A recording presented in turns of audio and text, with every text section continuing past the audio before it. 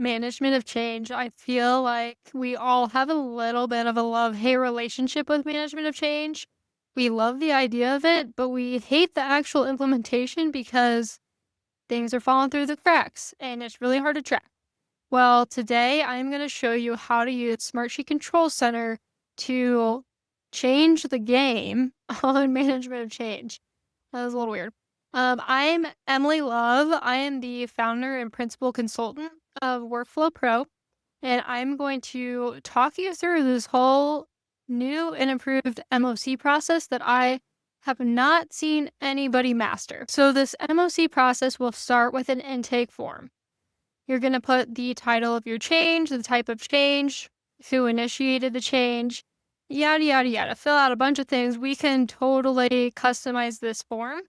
But when the form is submitted, it will be added onto this sheet.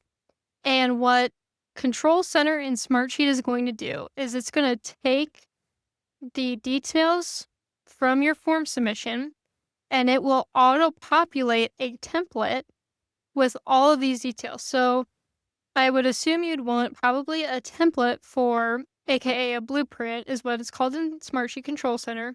So you want a blueprint for each type of change that you could potentially initiate, because what it'll do is it will generate a checklist for you for questions that you're going to answer.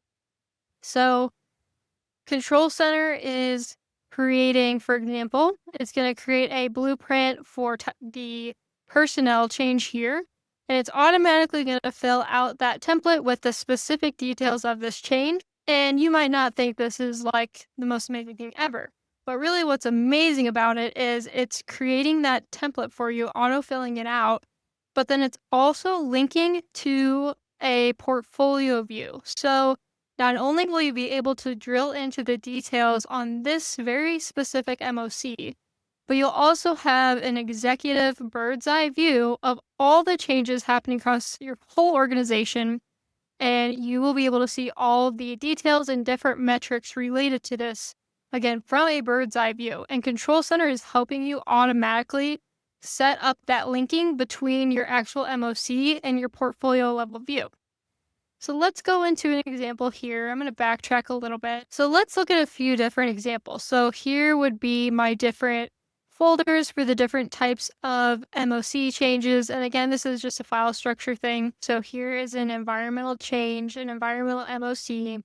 This is the template that Control Center will have auto-generated for me. You can add a lot more to these templates, aka blueprints. I'm just going to use that interchangeably. And you could have a dashboard for your specific MOC. You could have specific reports for your MOC as well. I just kept it very simple at this sheet just for this use case. So here is our MOC. And again, very, very, very simplified. There would be a lot more questions related to some environmental questions for this change. And what you would do is, as a team, you would answer these questions yes or no, or maybe as not applicable. And as you are answering things, if you are triggering questions and saying, yes, this is going to be impacted, then you would fill out the action, you would assign an owner, and then you would track the status of those actions to make sure they actually get completed, which is where I think a lot of things fall off. You start tracking the MOC, but then eventually things are kind of like falling off the rails, right? So that's the beauty of utilizing Control Center is you have this sheet auto-generated for you, and you can track your actions in here based on your responses for the different questions in your MOC.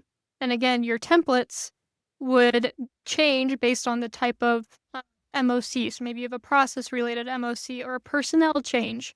So you'd have a specific template for each one of these. This specifically is an environmental and safety MOC template.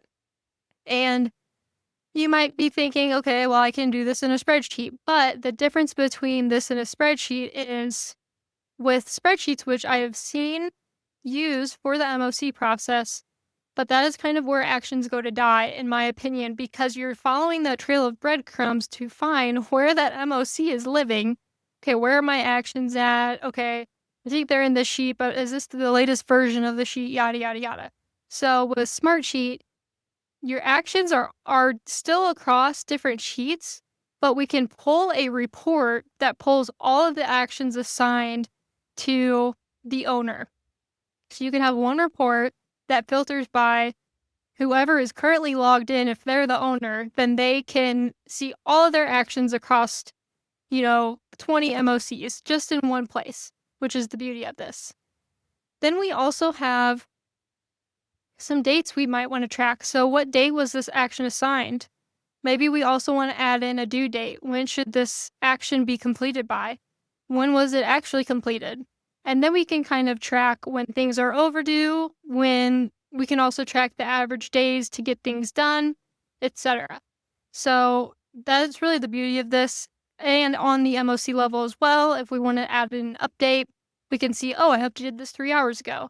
And we can view that update in a meeting and have real-time comments, and people will know, oh, okay, Emily has been actively working on this 3 hours ago. And it's not really like a question mark, like, did they forget that this lives in this spreadsheet? So that's really the beauty of utilizing Smartsheet for these processes. We could put in some automated workflows in here to send me an alert if my task is overdue.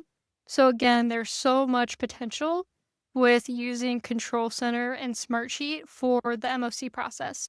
All right, and then finally, this is a very simplified version of an MOC Executive Dashboard, but you could have all kinds of metrics related to your MOC process. So you could have completion rate, how many action items you have outstanding. Maybe you could even do one where how many action items do I have overdue? Average time to approval or closure. And then we have approval status, MOCs by type.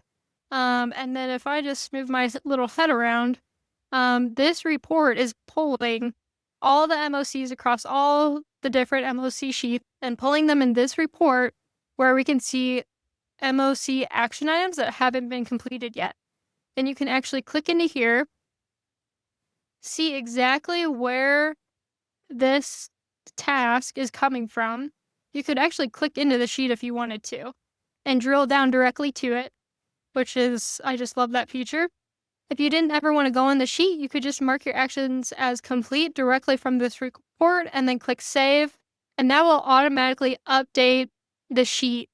So these things are all talking to each other. You can also view that comment that I left to see, oh, okay, you don't have to click into the sheet to see the comment. You could just see it from this report as well. I think now that I'm thinking about it too, I think some other things that are really helpful with this are you have your document history, so you can put attachments in here. Like if there were, for this example, some regulatory documentation that you wanted to attach on this row, you could do that. And then if you wanted to search for that MOC in 2 years, well, we changed this. What did we do? What was that communication? So you could attach that file into this MOC and reference it in 2, 3 years, etc. Or if you got a new piece of equipment and you made sure to upload the specs onto that MOC row, you can reference that years later. Obviously, save that in your own file system as well, but Smartsheet is also a great place so that you can use this as your file history, your storage for these specific impacts that are changing at your facility. So I think it's a really good tool to utilize for MOCs. So I hope that was helpful. If you have any questions, feel free to drop them on this video. I would love to chat with you. And also check out the link in my bio for more information about me or to contact me directly.